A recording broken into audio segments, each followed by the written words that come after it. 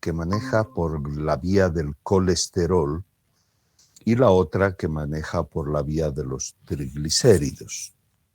De entrada tenemos que reconocer que el colesterol viene de las grasas de origen animal.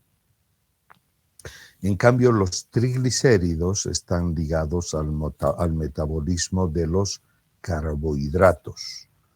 Y de ahí la importancia de la relación o entender que en el metabolismo de los carbohidratos y en especial la diabetes mellitus está ligada a alteraciones de las grasas por la vía de los triglicéridos. Eso quiere decir que pueden haber diabéticos con colesterol normal, pero triglicéridos altos. También puede haber diabéticos con colesterol elevado, pero veremos cómo los triglicéridos están ligados hacia lo que es una entidad que se llama el síndrome metabólico. Hicimos un estudio en Cochabamba con el grupo de menopausia. Esto era importante saber que las alteraciones de las grasas pues se dan con mayor frecuencia en la gente a partir de la edad adulta, aunque nosotros podemos tener casos familiares desde gente joven, pero nosotros hicimos un estudio de lo que era la prevalencia del síndrome metabólico en las mujeres por encima de los 50 años. Y entonces se midió la circunferencia abdominal para ver si tenían hipertensión arterial, si había trastornos del azúcar, los niveles de HDL, los niveles de triglicéridos, y se veía, de acuerdo a la definición de lo que es el síndrome metabólico, que 3 o más de estos indicadores nos llevaban a que completemos, y por lo menos 3 de ellos nos hablaban de lo que es la definición del síndrome metabólico. Esta alteración, que fue vista en distintos países de Latinoamérica, vio cómo la prevalencia de la raza negra, como se vio en República Dominicana, con una prevalencia de síndrome metabólico del 65%, con unos niveles de HDL bajos, unos niveles de triglicéridos también altos, pero gente con la circunferencia abdominal muy alta, con hipertensión arterial, y esto nos indicaba que su prevalencia era entre las más altas de Latinoamérica. Nosotros estábamos como el promedio total, ¿no? De 35 de prevalencia de síndrome metabólico. Y esto tiene mucho que ver en distinguir las dislipidemias entre lo que son por la vía de los triglicéridos altos con HDL bajo con colesterol elevado, ¿no? Y vamos a ver nuevamente la prevalencia de la diabetes en relación a lo que vaya a ser la prevalencia el año 25, con unos incrementos muy altos, y volvemos hacia la raza negra con un incremento de 111% para el 2025, y Asia también con una prevalencia bastante alta, al igual que la zona de Asia extrema, por donde está también el Japón. No así Australia, que acá no figura, pero que tiene una prevalencia menos baja. Sabemos que la población australiana es una migración fundamental de la población europea y americana. Pero nosotros vemos de que estas enfermedades metabólicas están aumentando en el mundo de manera importante. ¿Por qué nos preocupa el síndrome metabólico y concretamente los valores de triglicéridos y de las HDLs? Porque precisamente los estudios que se han hecho de la prevalencia de mortalidad por enfermedad cardiovascular o enfermedad cardíaca coronaria, cuando no hay los factores que integran a la enfermedad, al síndrome metabólico, pues cuando hay solamente uno de los factores presentes, este índice de mortalidad no es muy alto. Cuando dos están presentes, tampoco. Cuando tres están presentes, empieza a subir esta prevalencia de mortalidad por enfermedad cardiovascular. ¿Y qué pasa en aquellos que se diagnostican con los 5 factores componentes del síndrome metabólico? Entonces, la mortalidad se duplica en 2,5 veces y eso es inclusive hasta más, hasta 3 veces, 3,5 veces la enfermedad cardiovascular. Y esto hace que evidentemente nosotros le prestemos mucha atención a diagnosticar las dislipidemias, ¿no? Vamos a hablar qué es el colesterol. Es una molécula derivada de los esteroides, está presente en todas las células, formando parte de las membranas celulares del sistema nervioso central y recubriendo las vainas de mielina. Es también el colesterol un precursor de las hormonas esteroideas, generalmente las que se producen a nivel suprarrenal o también a nivel gonadal, como progesterona, estrógenos, testosterona, los corticosteroides, o sea, el cortisol y todas las hormonas corticosteroideas. También en la piel y por acción del rayo solar se transforma en vitamina D. Entonces veremos y destacamos que lo que hemos aprendido por la población general, que hablar del colesterol es una sustancia mala, pues no, porque el colesterol es parte de todas las membranas celulares en doble capa y esto hace importante de que nosotros no podemos dejar de tener colesterol. Pero como es grasa, no puede viajar sola por la sangre y entonces se une a unas proteínas para formar lo que son las lipoproteínas.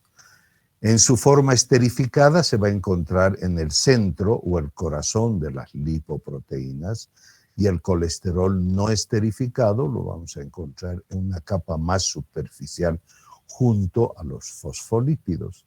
Ya adelanto a decirles de que las lipoproteínas es la forma en la cual la grasa puede viajar por la sangre, ¿no?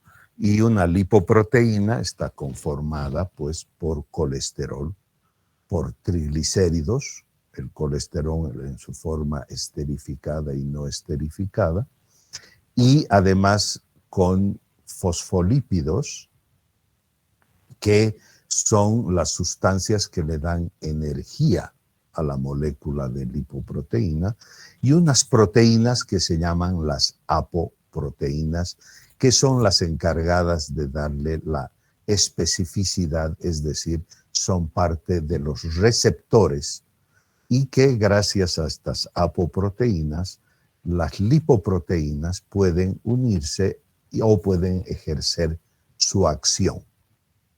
Los triglicéridos, que es la gran y la mayor parte de grasa ingerida, se halla en forma, o sea, la grasa que ingerimos se halla en forma de triglicéridos. Sabemos que los triglicéridos tienen 3 moléculas de ácidos grasos más una molécula de glicerol. Es lo que nosotros consumimos, luego se desdobla en glicerol, ácidos grasos, se absorbe y nuevamente se forman triglicéridos para dar lugar a las lipoproteínas ricas en triglicéridos, como son los kilomicrones, que luego ya veremos. Se absorben y luego pasan a la circulación. Los ácidos grasos de cadena menor a 12 átomos circulan en la sangre unidos a la albúmina, o sea, independientemente de las lipoproteínas. Es decir, que el tamaño de los ácidos grasos hace de que puedan las de cadena más larga unirse y formar lo que son los triglicéridos.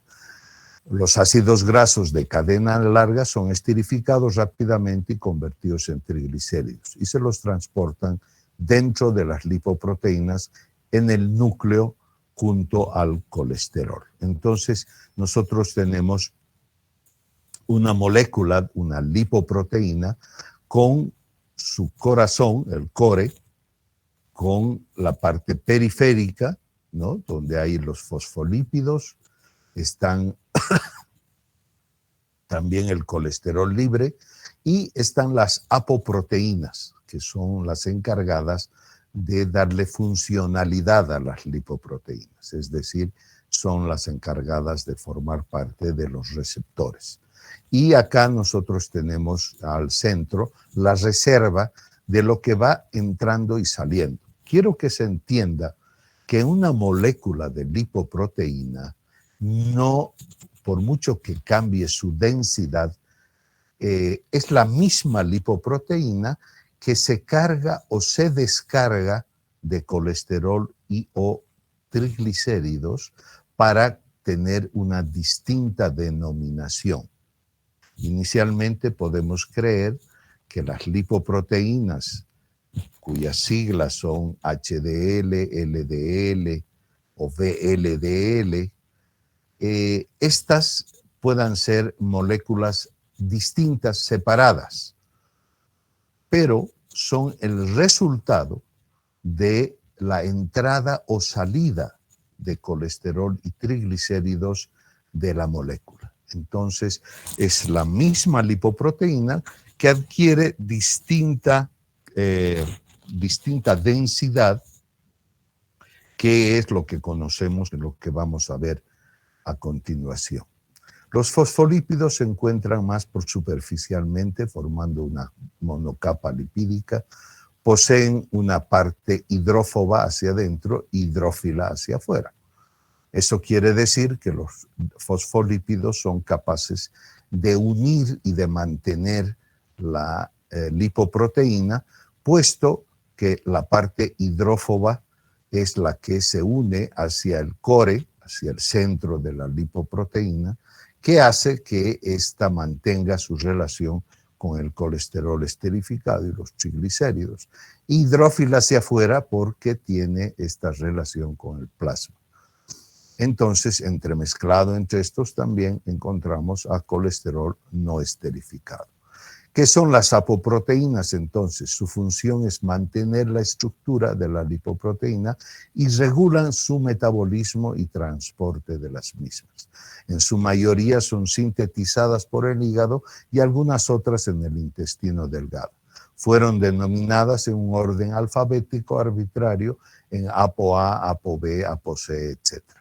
Y así tenemos una lista que año tras año, esta lista de las apoproteínas va aumentando.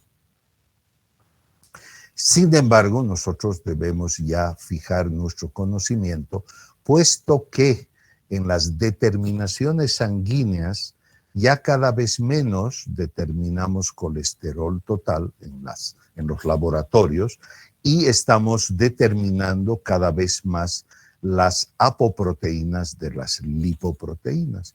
Así tenemos que las lipoproteínas con la apoproteína A1, ¿no?, y A2 son las principales de las HDLs. Y como veremos, las lipoproteínas HDL son los carros basureros que van limpiando de colesterol que está unido en la pared de las arterias y por lo tanto se le llaman los carros basureros o el colesterol bueno. Entonces, cada vez más va surgiendo mayores funciones. Así, la ApoB100 es la que está ligado al receptor de LDL, función estructural en las otras lipoproteínas y necesaria para su unión hacia la pared de los vasos, y que eso promueve o inicia el desarrollo de la ateroesclerosis. Entonces, las lipoproteínas, o si tenemos muchas lipoproteínas con apoproteínas B100, aquellos pacientes serán susceptibles de desarrollar más ateroesclerosis. Las lipoproteínas son macromoléculas que estructuralmente están formadas por una parte lipídica y una proteica, como se ha dicho, cuya función es empaquetar a los lípidos insolubles en el plasma proveniente de los alimentos, origen exógeno, y también sintetizados por nuestro organismo, el hígado, origen endógeno, y los transporta desde el intestino y el hígado a los tejidos periféricos y viceversa. Entonces tenemos que las estructuras de las lipoproteínas, como veremos a continuación, pueden estar dados por las distintas denominaciones de acuerdo a su densidad. Y así tenemos que la clasificación actual, porque antes se clasificaba a las lipoproteínas de acuerdo a su migración electroforética, que quiere decir que se untaba un papel filtro con una capa de la sustancia que queríamos averiguar, o sea, la sustancia lipídica, y le sometíamos a una electricidad, paso de la electricidad. Y estas moléculas migraban de acuerdo a su carga eléctrica, y así teníamos que las lipoproteínas eran clasificadas como alfa, las curvas de acuerdo donde iban y migraban, como alfa, prebeta, beta, etc. La relación se vio que se entendía mucho mejor cuando la clasificación se la hacía de acuerdo a su densidad. De ahí que se vio y se separó en estos grupos, que son los kilomicrones, lipoproteínas fundamentalmente cargadas de triglicéridos, las VLDLs, que viene del inglés, que quiere decir very low density lipoproteínas, las IDLs, que son lipoproteínas de densidad intermedia o intermediate density lipoproteínas, las LDLs, que son las low density lipoproteins, y las HDLs, las high density lipoproteins. Entonces, de acuerdo a su densidad, se las ha ido clasificando, y se ha visto que evidentemente lo que se llama el colesterol bueno están fundamentalmente en las lipoproteínas de alta densidad. Entonces, las lipoproteínas nuevamente están formadas por una parte lipídica y proteica, y donde encontramos colesterol esterificado, no esterificado, triglicéridos, fosfolípidos en la parte, y a las apoproteínas. ¿Qué son los kilomicrones? Es donde encontramos la mayor proporción de triglicéridos, entre un 55 y 95%, y relativamente baja en fosfolípidos y colesterol.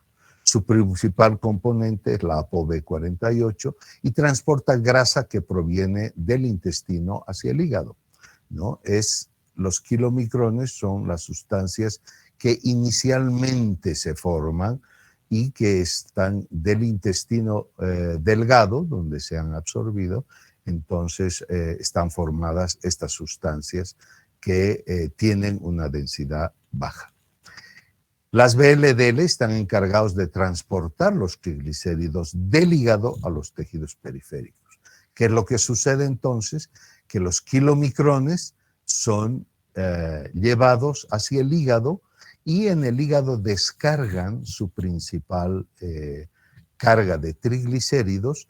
Allá es donde se descargan, y por lo tanto la correlación o el porcentaje de colesterol en relación a los triglicéridos, que en los kilomicrones eran fundamentalmente triglicéridos. Con esta descarga hepática, la prevalencia o el porcentaje de colesterol sube. Y este cambio, ¿no?, hace de que también el hígado pueda enviar triglicéridos hacia la periferia para poder realizar, las células del cuerpo puedan realizar sus acciones. Entonces, nosotros tenemos que en relación a la interpretación de la carga de triglicéridos, los kilomicrones son sustancias cargadas de triglicéridos provenientes de la digestión. Y las VLDLs son sustancias que tienen mayor prevalencia o mayor carga de triglicéridos, pero que provienen del hígado. Entonces podemos decir que los kilomicrones son triglicéridos exógenos y las VLDLs tienen kilomicrones de origen hepático o endógeno. ¿Qué son las LDLs? Pues es una lipoproteína de baja densidad y son las encargadas de llevar cerca del 75% del colesterol por todo el cuerpo. Hemos dicho que el colesterol es importante en la formación de la membrana celular, en la formación de las hormonas esteroideas y de la vitamina D. Pueden depositarse además las LDLs en las paredes arteriales, dando lugar a un proceso de oxidación. Y esto está causado por la presencia de unos radicales libres de oxígeno, o ROS que se conoce, y esta forma oxidada resultante de las LDLs hace que los glóbulos blancos, o sea, los macrófagos del sistema inmunológico, se agrupen y digieran estas LDLs.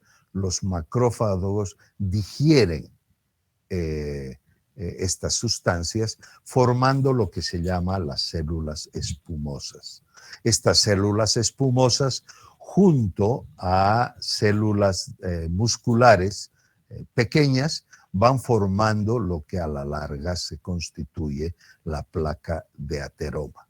Entonces, es por eso que si nosotros tenemos LDLs muy altas o B100, apoproteína B100 muy alta, es aquel paciente que va a desarrollar con más facilidad la placa de ateroma. A medida que el proceso continúa, las paredes arteriales se van estrechando, como ustedes saben, las arterias rígidas por aterosclerosis, reduciendo el flujo sanguíneo y dando lugar a la aterosclerosis, que es el endurecimiento de las arterias.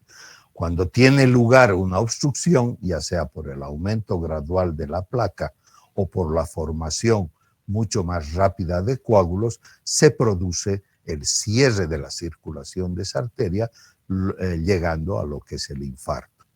Cuando hay la formación de coágulos es cuando hay placas inestables que se rompen, su cáscara se rompe, inmediatamente migran plaquetas a tapar esa cáscara rota del ateroma, de la placa de ateroma, y entonces forma un coágulo.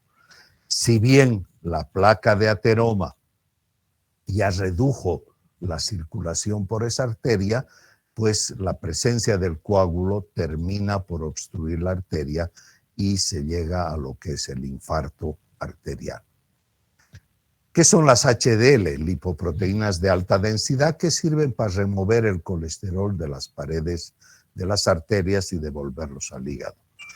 Los niveles altos de HDL superiores a 45 miligramos se considera que protegen las arterias del peligroso estrechamiento, o sea, de la aterosclerosis, y así contribuyen a prevenir los ataques cardíacos.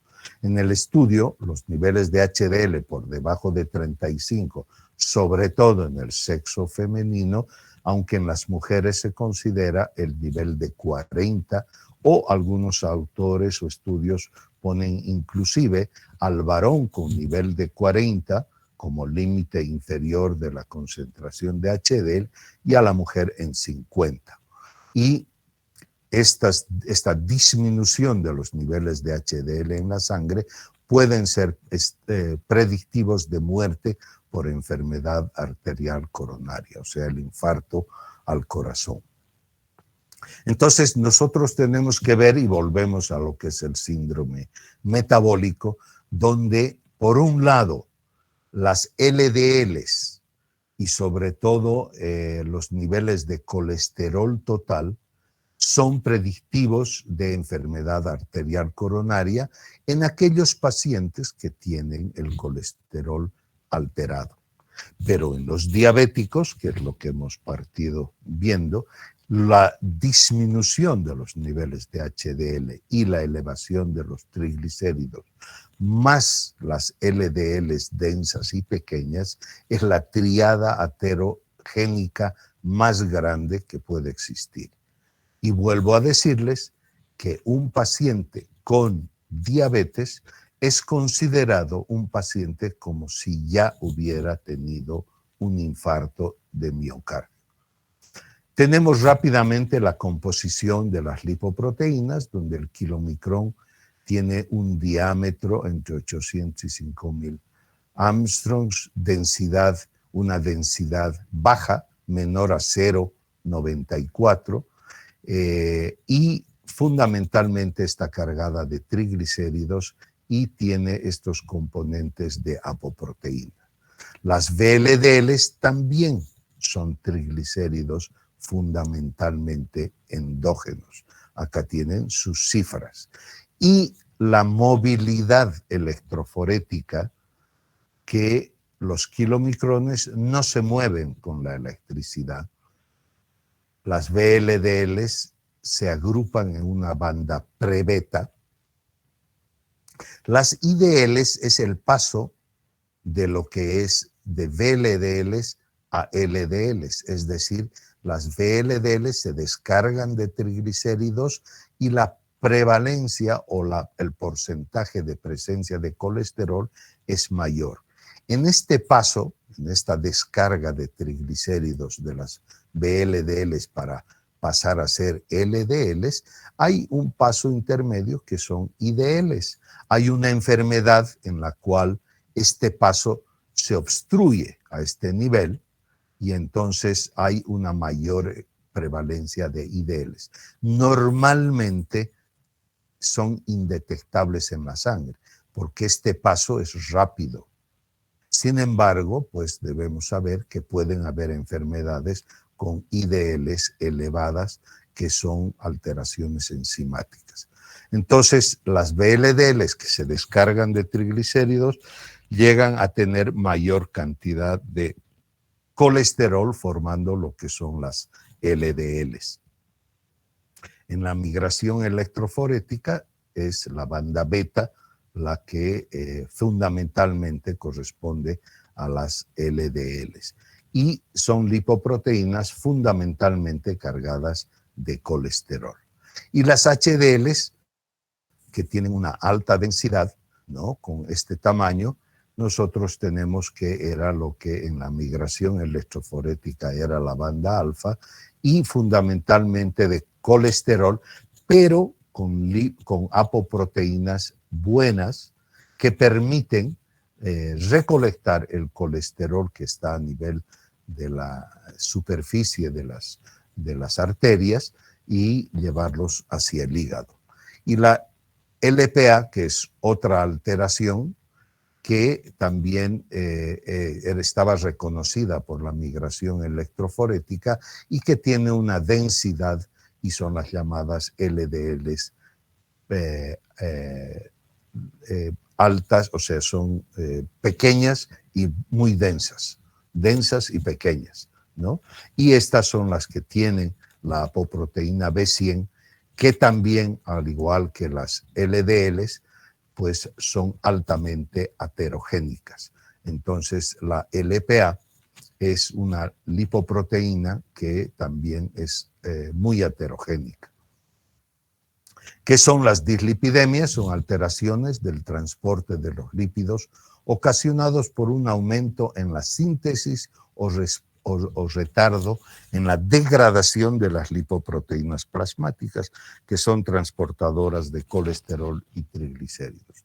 Entonces, las dislipidemias son alteraciones de la cantidad de grasa, de lípidos, ya sea colesterol y triglicéridos, pero siempre en función de las lipoproteínas, porque sabemos que el colesterol, los triglicéridos, no pueden viajar solos en la sangre porque pues no se puede mezclar grasa con agua. Y entonces las dislipidemias son alteraciones donde las lipoproteínas de uno u otro tipo están aumentadas. Y así tenemos esta clasificación que son las hiperlipoproteinemias, se llama, tipo 1, tipo 2A, 2B, 3, 4 y 5. Entonces, estas dislipoproteinemias son en aquellas que la tipo 1 es la que tiene una alta concentración de kilomicrones, triglicéridos de origen exógeno, ¿no? Entonces, en el suero que se saca forma una capa lechosa densa, donde los niveles de colesterol son normales, pero la cantidad de triglicéridos altísimo y una prevalencia de lipoproteína de kilomicrones. La 2A, ¿no? Que el suero es límpido, donde el colesterol es alto, los triglicéridos normales y fundamentalmente son LDLs. La 2B o hiperprebeta, que también se llama, es un suero opalescente con elevación más alta de colesterol y moderada de triglicéridos. Aquí están estas dos lipoproteínas comprometidas, LDLs y VLDLs. Luego tenemos la disbeta lipoproteinemia, que es turbia, y esta es la que les decía que la tipo 3 es la que está cargada con IDLs, ¿no? Y con remanentes de kilomicrones. Son lipoproteínas que no han podido totalmente descargarse de los triglicéridos. Acá tenemos valores altos de colesterol, valores altos de triglicéridos, pero no tanto como en la hiperlipoproteinemia tipo 5. La que corresponde a la diabetes es la tipo 4, ¿no? Que es una hiperprebeta, el suero es turbio, pero es homogéneo, donde el colesterol está moderadamente alto, pero los triglicéridos están muy altos y corresponde a una elevación de las VLDLs, ¿no? Entonces, esta es la que corresponde, la tipo 4, generalmente a los diabéticos. Y la tipo 5 es donde existe similar a la 4, pero con triglicéridos muchísimo más altos. Y acá se unen los triglicéridos de las VLD, los triglicéridos de los kilomicrones. Bien. En esta diapositiva, que es un poquito más complicada, es lo mismo, pero acá añadimos, ¿no? Los rasgos clínicos que se producen. En la tipo 1 hay los xantomas eruptivos, que lamentablemente no he puesto una fotografía, a ver si el viernes las personas que van a presentar esto presentan imágenes de lo que son los xantomas y los xantelasmas. Son pacientes que tienen un hepatoesplenomegalia, dolor abdominal. Las hiperlipoproteinemias 2B y 2BA también tienen xantomas, xantelasmas, xantomas tuberosos, que son unos nódulos que aparecen a nivel de los vértices óseos, generalmente a nivel del pie, del calcáneo, ¿no? Existe un arco corneano alrededor, una ateroesclerosis coronaria y periférica. La tipo 3 te da xantomas tuberosos eruptivos aterosclerosis coronaria y periférica. La tipo 4, que es la de los diabéticos, pues te lleva fundamentalmente a la aterosclerosis y a la pancreatitis. Y la tipo 5, enfermedad coronaria y pancreatitis. Entonces, estas son las alteraciones clínicas que pueden presentarse en mayor prevalencia de acuerdo a la hiperlipoproteinemia, a las hiperlipoproteinemias que están clasificadas de acuerdo a una clasificación, si mal no recuerdo, de Friedrichsen. Entonces, tenemos que las hiperlipoproteinemias están dadas por tipo 1, 2A, 2B, 3, 4 y 5. Sin embargo, existen cuadros de hipercolesterolemia familiar, ¿no?, que es una enfermedad hereditaria de transmisión autosómica dominante debido a mutaciones del gen receptor de LDLs, o sea, de las ApoB100, ¿no?, lo que trastorna su alteración funcional y en consecuencia hay una acumulación de las LDLs en plasma. El cuadro clínico, el dato clínico más importante es la hipercolesterolemia familiar, es la detección de valores elevados de colesterol, sobre todo en personas jóvenes. También hay cuadros de hipertrigliceridemia familiar, ¿no?, que determina que las VLDLs vertidas al plasma sean de mayor tamaño y con un mayor contenido de triglicéridos, es decir, el hígado formando lipoproteínas con una alta carga de triglicéridos, ¿no? En algunos pacientes se han observado también disminución del catabolismo de las VLDLs. Bien, esto es más ya a nivel bioquímico. Y están las hiperlipemias mixtas, ¿no?, donde existe la elevación tanto de las LDLs como de las VLDLs, o sea, aumento de colesterol y aumento de triglicéridos. ¿Por qué es importante entonces relacionar lo que es el síndrome metabólico y el grupo de enfermedades que nos llevan hacia la aterosclerosis?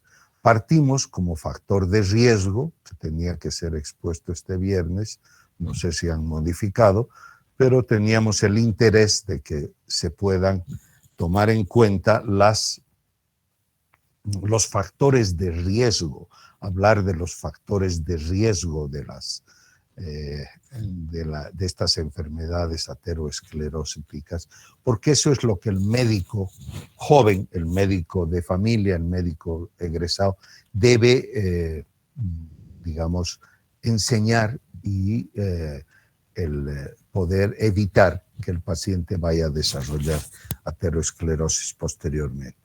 La obesidad es uno de los factores con todos los condicionantes de la obesidad, como son la mala alimentación, la mucha alimentación, el bajo ejercicio, el sedentarismo, etcétera, como factores de riesgo de obesidad y sobre todo en aquellas personas que genéticamente están llevados hacia la obesidad visceral. Esta obesidad visceral y la presencia de ácidos grasos libres promueve lo que es la resistencia a la insulina. Y la resistencia a la insulina, junto con la mayor cantidad de ácidos grasos libres, pues va dando lo que lleva hacia lo que es la diabetes tipo 2 y trastornos de la glucemia. También este fenómeno lleva a la dislipidemia o a la dislipoproteinemia con HDLs bajos, LDLs densas y pequeñas y las hipertrigliceridemias. Les decía que esta tríada es fundamentalmente aterogénica, es más que inclusive las LDLs puras, aquellas dislipidemias que preocupan mucho a los cardiólogos y que basan todo su tratamiento y su estudio en determinar colesterol total y niveles de LDLs, pero no son las densas y pequeñas, sino las LDLs enteras. Y entonces el tratamiento y toda la parafernalia que se da es en relación a investigar colesterol total y LDLs. Sin embargo, esta triada es mucho más heterogénica y entonces debemos tomar en cuenta esto, la asociación de HDL baja con triglicérido alto y la presencia de las LPAs, que son densas y pequeñas. Todo esto lleva al endurecimiento de la pared arterial, que es la hipertensión. También existe alteración por el mecanismo de resistencia a la insulina. Hay un mecanismo de trombolisis alterada, es decir, no existe una buena destrucción de los coágulos en la sangre con aumento del PAI-1, que es un factor antiaterogénico importante que cuando sube aquello, entonces existe una disminución de la destrucción de los trombos en el cuerpo. También hay una disfunción endotelial por este mecanismo de resistencia a la insulina con un proceso de inflamación. Con esto quiero ya indicarles a ustedes que la aterosclerosis es un proceso inflamatorio metabólico, es decir, fundamentalmente la formación de las placas de ateroma en las arterias es un proceso inflamatorio, donde existe un aumento de la proteína C reactiva fundamentalmente, y también la presencia de microalbuminuria como inicio de una disfunción renal propia de la diabetes mellitus. Entonces, tenemos acá un modelo de la formación de las placas de ateroma en la cual las LDLs se oxidan. Estas son digeridas por los macrófagos que van formando lo que se llaman las células espumosas. Estas células espumosas migran hacia la parte subendotelial y junto con las fibras musculares pequeñas van formando y se van depositando estas formaciones, estas células espumosas van depositándose por debajo del endotelio, llegando entonces a formar las placas que va creciendo poco a poco y van obstruyendo la circulación, ¿no? Entonces, la asociación de triglicéridos altos, HDL bajas, aumento de las LDLs, una presencia de una lipemia postprandial y todos estos factores de riesgo son pues factores que llevan hacia la aterosclerosis. Y estas placas las conocemos como placas estables e inestables. Las estables obstruyen parcialmente y las inestables, por la formación del coágulo, pues producen una obstrucción total de las placas.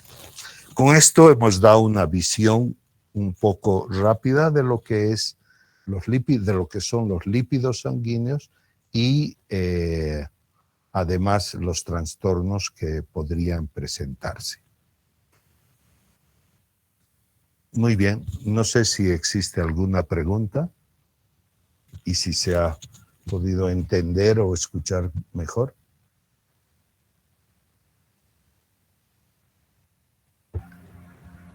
Sí, se escuchó bien, doctor. Gracias. Ya. Entonces, si no hay más preguntas, quedaríamos acá y estaríamos atentos a dos cosas. Yo sé que va a ser un poco complicado que el día del examen presentemos el seminario, pero ni modo.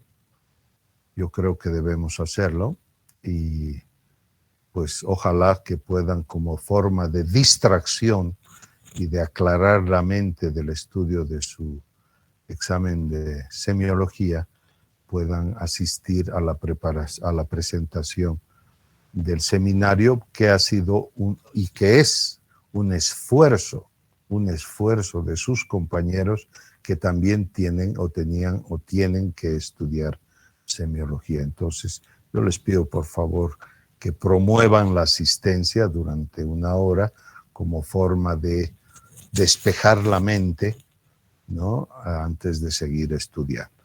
Muy bien. Si no hay nada más, entonces agradezco a la representante Lady por el apoyo y a ustedes por su presencia. Hasta luego, entonces. Muchas gracias, doctor. Hasta luego. Hola, doctor.